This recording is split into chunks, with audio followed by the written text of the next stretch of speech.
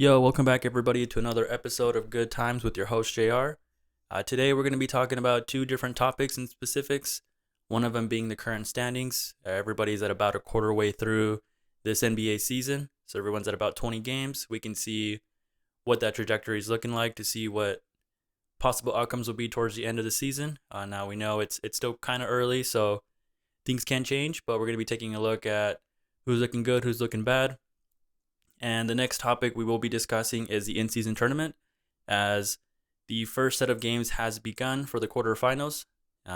Yesterday, there was 2 games already that was played, so we're going to take a look to see exactly how that went, what our thoughts are, and then 2 more games will be for the quarterfinals today that we'll also be discussing. So I hope you guys do enjoy.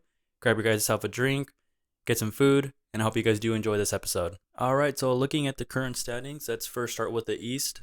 Right now, top 6 on the Eastern Conference is the Celtics, followed by the Magic, Bucks, 76ers, Knicks, and Pacers to top it off to the top 6.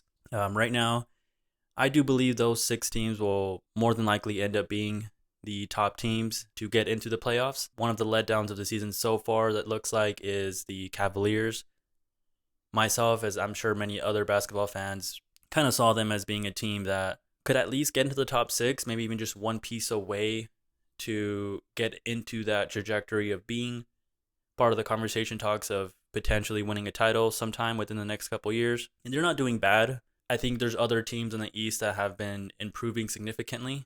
For example, like with the Magic and the Pacers. I know we've talked about them before in previous episodes, so I don't want to get too much into that with those teams. But yeah, the Cavaliers, I think they just kind of need to see what their identity is. Maybe they have just too many players that they're trying to see who will be solidified as their actual franchise moving forward. I know there's been talks with the whole Donovan Mitchell. Is he going to end up actually staying? Is he going to go? I know the Knicks are a big topic of if he were to go anywhere, that would be a pick. Which, I mean, the Knicks would absolutely love to have him. Any team would. But I do want to stick with the Knicks right now. They are the 5 seed. I think with the team they have now, they are a very, very well-established team, specifically more for the playoffs. I feel they're very built for that specifically. I know last year they made a good run. Nobody expected them to get as far as they did. Unfortunately, they ended up losing that gas to pushing even further. It does come into question of, should they make a trade anytime soon? As far as for this year at least. Should they end up trying to get a pickup? I know there's a couple players that have been seemingly to be connected with them, and I do have some options of who they might consider getting. Jeremy Grant and Anunoby, both of those players have been connected with the Knicks for quite a while. I think with their play style, just the grit and just hustle play is what I think of when I look at the Knicks. I think those 2 players would really, add to that wing play and just give them more depth, possibly even get into that all-star range for those players that, players like Jalen Brunson is needing. There's been quite a bit of talks with Julius Randle. I don't know if Julius Randle is going to be the future for them. I feel like he's kind of hit a ceiling, and oddly enough, almost seems like he's regressing slightly instead of at least plateauing to where he's at and just staying in that position. I think Jalen Brunson definitely needs more help. Mitchell Robinson does look like a solidified center that they'll need as a starter for them. So hopefully I don't want him to get traded unless you're going to get a significant star such as Donovan Mitchell, something like that. I can see him potentially getting traded.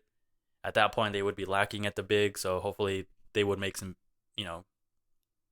good options to end up making that happen.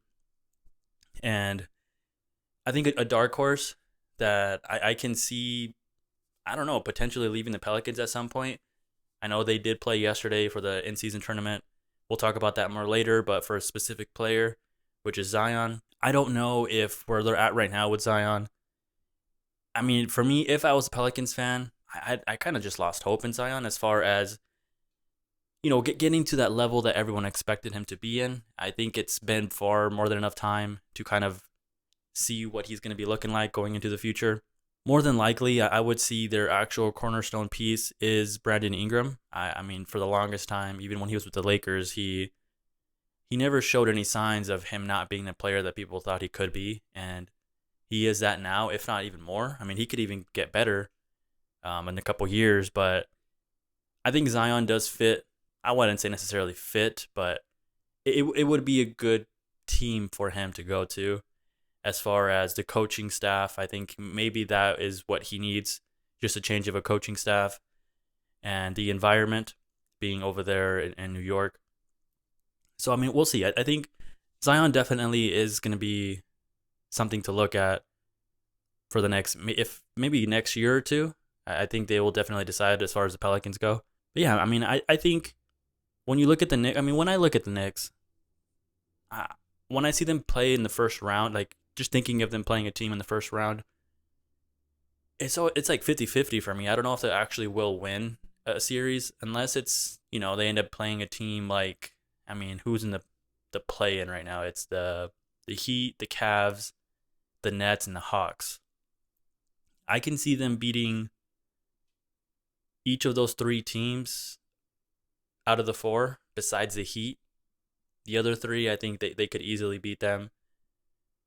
The Heat they're a dark horse. I know they always just play slightly above mediocre. They don't play anything crazy, nothing flashy. In the playoffs, they just pick it up and they just win.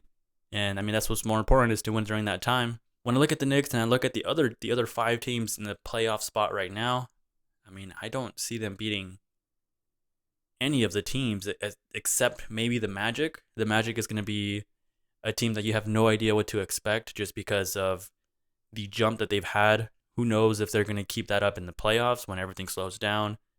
Everything is more on a man-to-man, seeing how they're going to be looking like. And when people actually start studying the players, seeing how they play. So we'll see with the Magic, but who knows with the Knicks. I would like them to get something more. I don't think what they have now, I feel like they're about a plateau. Jalen Brunson can only get them so far, and hopefully they can get at least a Jeremy Grant or Anunoby that will elevate their team. And I think they will just improve, maybe get out of the first round, potentially second round, such as they did last year. But hopefully they do improve and, get something going with that. And at the bottom of the list right now on the Eastern is the Pistons.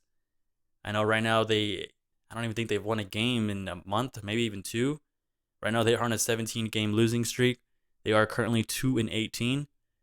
And when you look at that team, they're not good when you look at them. But I don't think any professional NBA team should be 2-18. There should be some sort of competence enough where they're able to win some games or even just be competitive. It looks like there's some.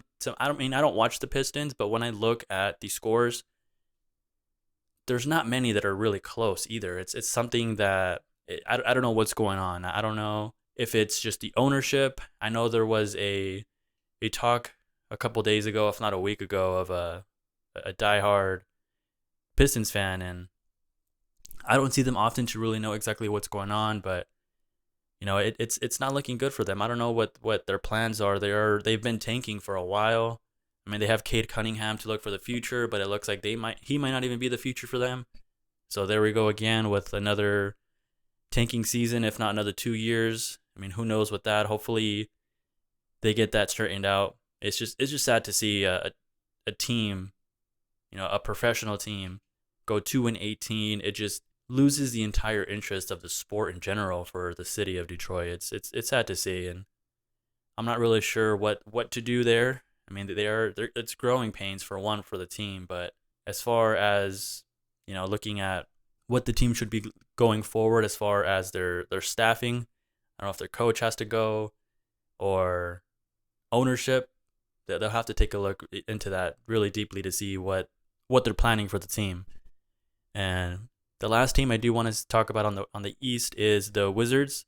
They are also in the bottom of the league. And when you look at them, the beginning of the season, you saw Kyle Kuzma. I mean, they're not good for one, and the best player obviously is Kyle Kuzma. And I kind of almost feel bad for him. I think he should be if I was him, I would request a trade, to a team that at least is competing to even get into the playoffs.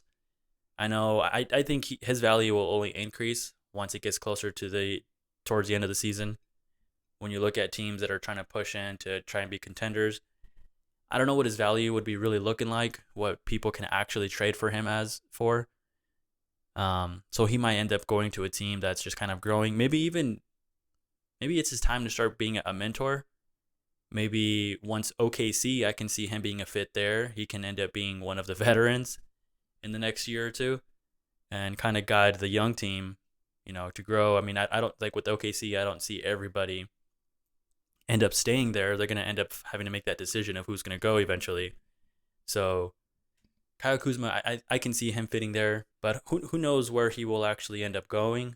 We'll see what happens there. And I think if they do decide to actually trade Kuzma, they pretty much will agree to start that full rebuild. Because with Kyle Kuzma and I don't know why I forgot his name, but Jordan Poole, he hasn't been looking the best. So that's going to just making his value going even more down.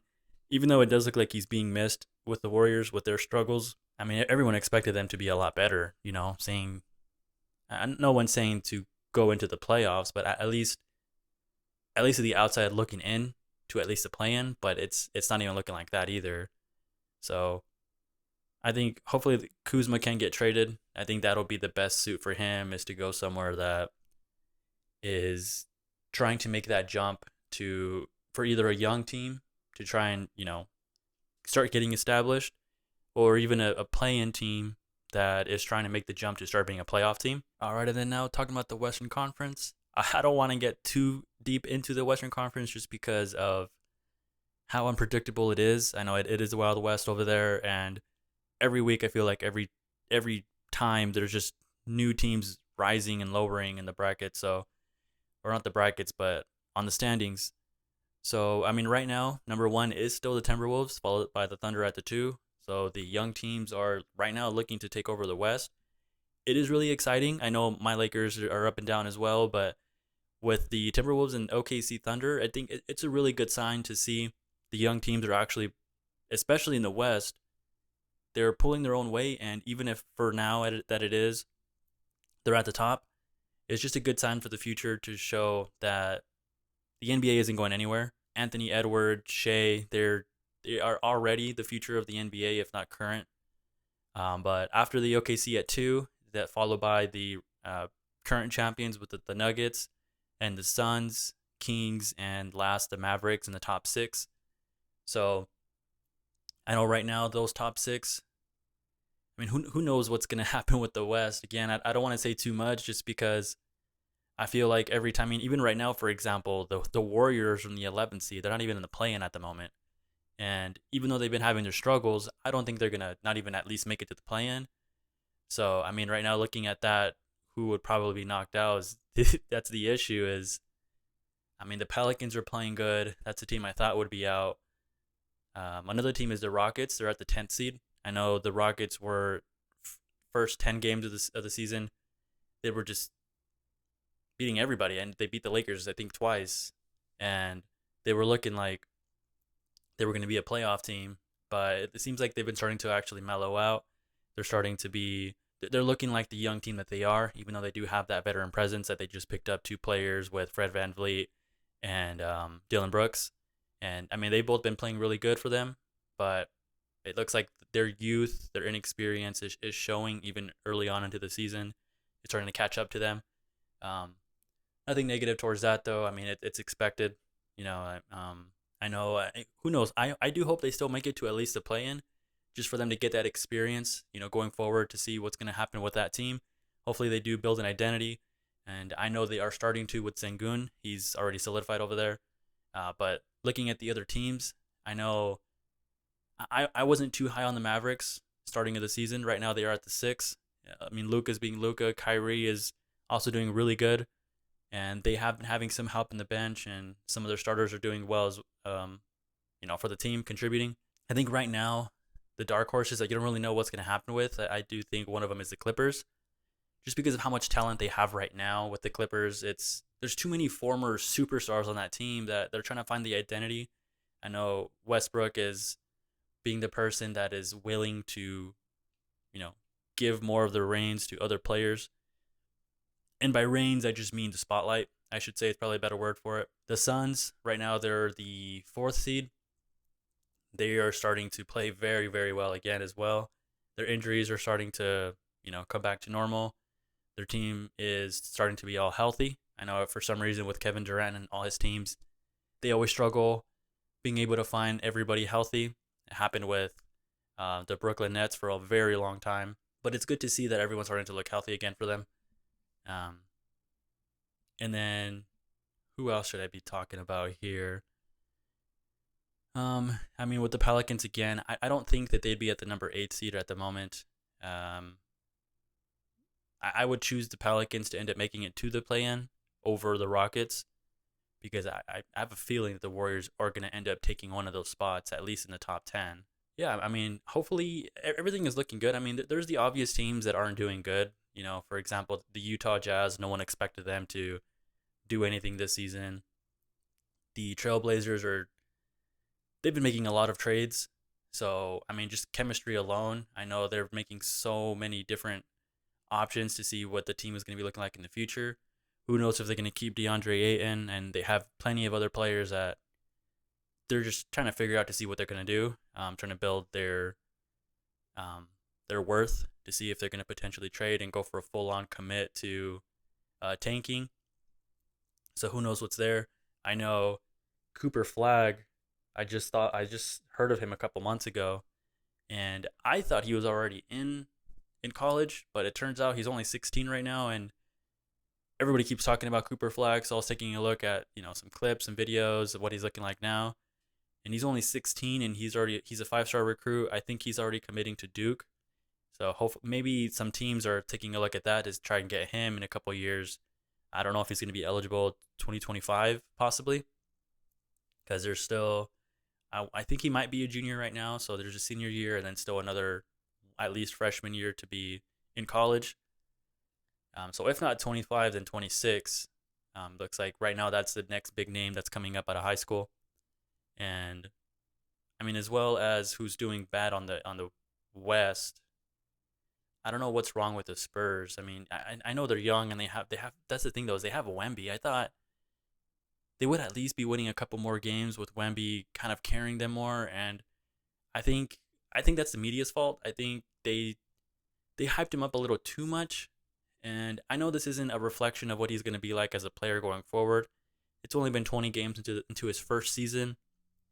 He has shown good strides, showing what he can potentially be, but I almost kind of feel bad of how much they were, hyping him up.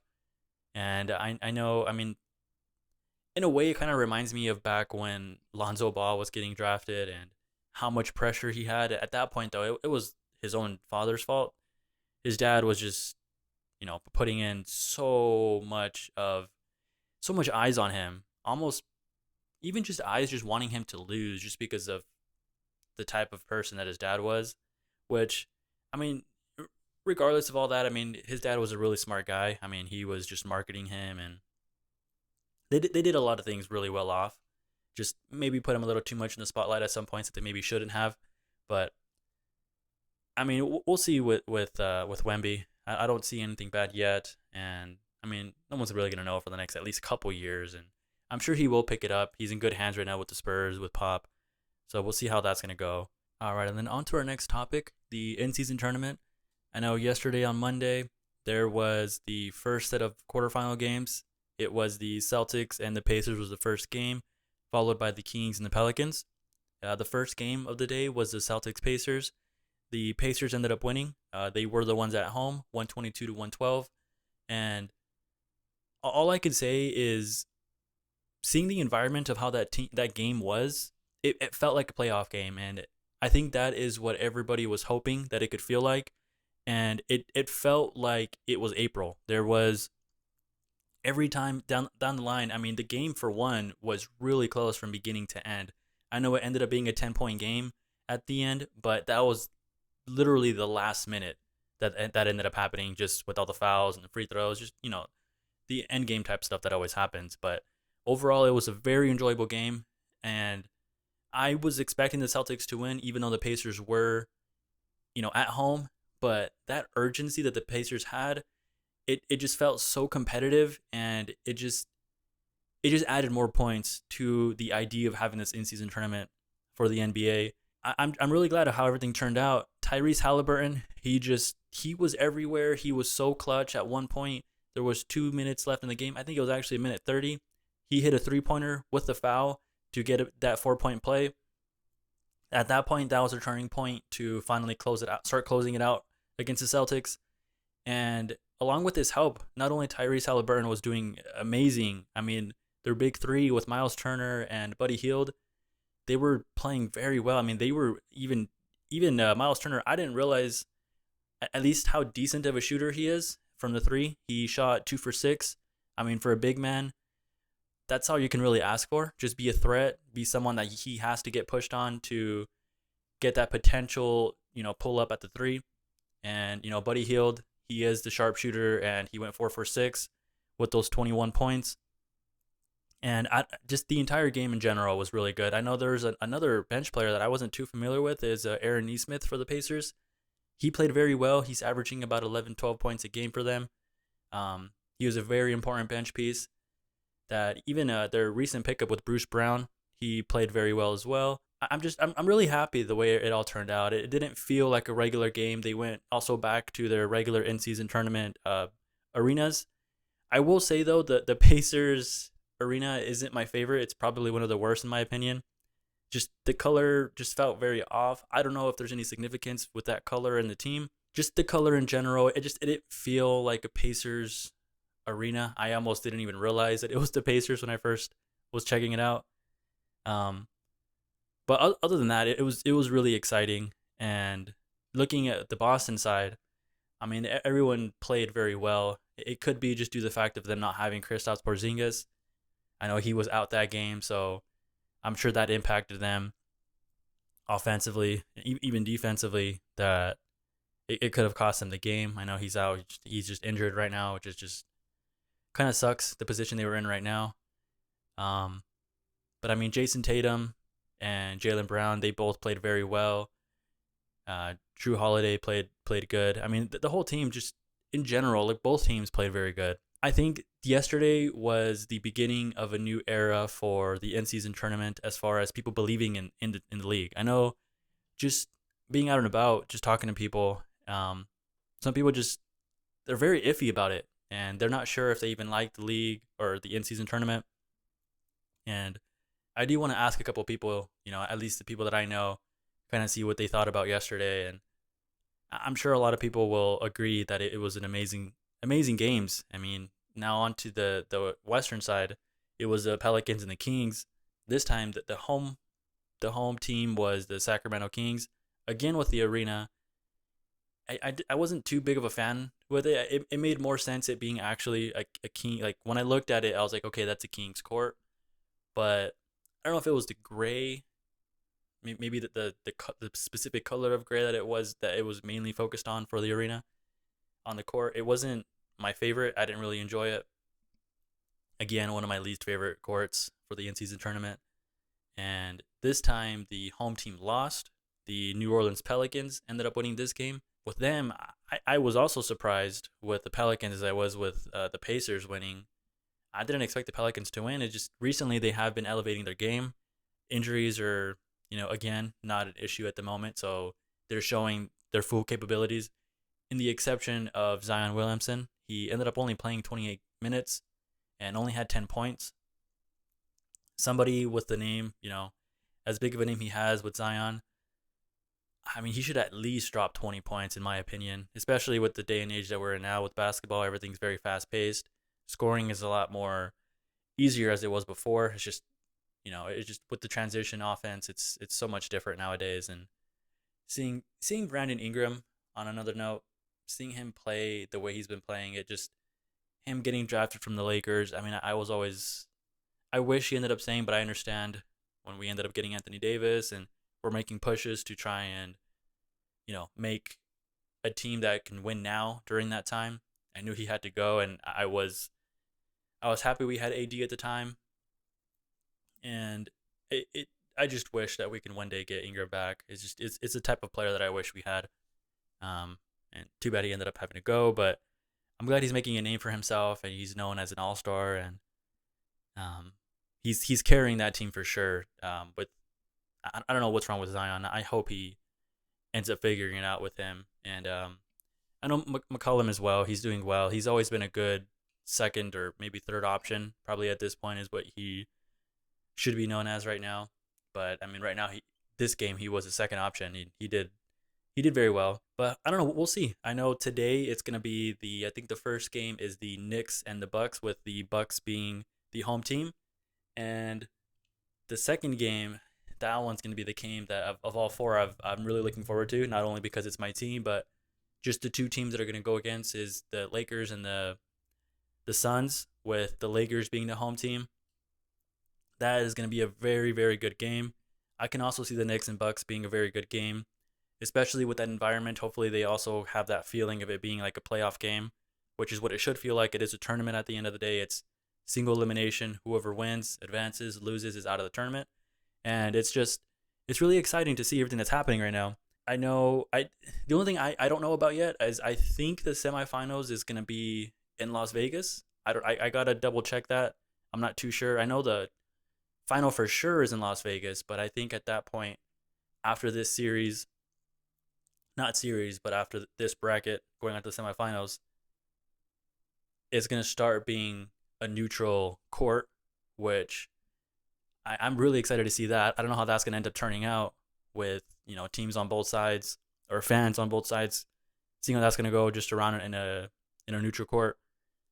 And it's really exciting. I hope everyone does good for the sport of basketball, and just for the league itself of the in-season tournament. I'm a huge believer in the tournament. It's something that can just keep elevating into being just a more and more important league or tournament in the middle of the season, that casual fans especially really need to be able to just keep an eye out on the league for the whole term of the season. I know the main reason that they even did this in the first place is just because the fact that during this time, usually there's not that many viewers compared to once it gets closer to the end of the season.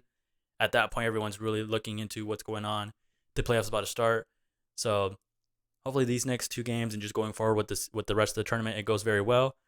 And I'm really excited. Real quick, I just remembered, it's not even about basketball, but I don't know if any of you guys have seen the trailer to GTA 6, and I know it was leaked, I guess. I don't know if it was leaked Sunday or Monday, but originally it was going to get released on Tuesday for the first trailer.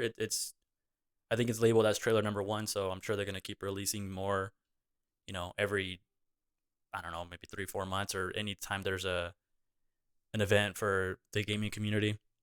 And the trailer looked amazing from the potential of what it looks like it's going to be. I know there's a lot of social media presence in the trailer itself, and just looking at how they portrayed even Miami, it looks like they were able to express different cultures in Miami. And I think it brought in that immersion that shows how it's going to feel once you go into the game. It sucks that it's not going to be until 2025, but at the same time, it might be a blessing in disguise, even though it's still going to be I'm sure it'll be 2 years, just the fact that, most big games that come out, in a year, it's always at the end. So Q4, 2025 is I'm sure when it'll come out, but you cannot tell me that you see that and you're just so excited just for gaming in general.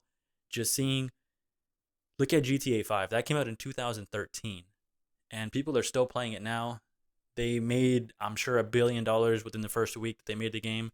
Who knows how much they made now? That's not something that I'm not too sure about, but I'm sure they have made so much money that is why they took so long to make this game. But GTA 6, I almost said GTA 5. I'm so used to saying that, but GTA 6 is gonna literally change gaming again. I mean, they never fail with the game that comes out, and I just can't wait. Just looking at it, it looks very, very, very immersive. And who knows how it's going to be. I hope what also they're planning on doing, of why it's going to take longer. For one, make sure there's no, crazy bugs that games these days end up doing. Is it almost feels like every time a game comes out, it's just riddled with bugs. It feels unfinished. And at this point, it seems like I hope they're more on the side of it's pretty much almost done. At least for me, I hope they are going to listen to the community and see what they're gonna end up, what the fans end up wanting to see, and maybe they'll incorporate just random things that people want that could actually potentially, help the game out for many, many, many years. I mean, looking at the game and seeing how GTA 5 came out, this game for GTA 6, it looks like it's gonna be here for at least 10 years, just like with 5. So we'll see how that goes out. I'm so excited for it. I cannot wait till it comes out. I need to make sure I get it both for console and for PC. I mean, for console, just to play for the story mode, and people, when they come over PC, I do want to get back into RP. So hopefully that is something that they incorporate right away. I know that they made a lot of moves for that. So I know they recently purchased FiveM, which is one of the main servers or services to incorporate that RP into different communities for GTA 5. And I'm really excited. So we'll see how that goes, and hopefully the next trailers comes out really soon. And I completely forgot I was talking about basketball. Yeah, just real quickly back to I forgot what I was gonna say. Real quick, talking about the Lakers and the Suns series that's gonna happen today, or not series, but single elimination game. I want to say everybody's playing this game. I don't think there's, at least significant players are not missing out. I'm pretty sure. I know the Lakers, maybe Gabe Vincent is the one that's not going to play, but that's not that big of a deal. And the Suns, I think the same. I don't think there's anybody that's not going to be playing. I'm pretty sure their top 3 finally are going to be playing. I'm not too sure if they've played yet, all 3 of them together. I haven't kept too much into the Suns the past, I don't know, maybe week. I know maybe a week and a half ago they haven't played yet. They weren't playing, all 3 of them at least, yet. So I'm pretty sure we are going to be seeing them this time around.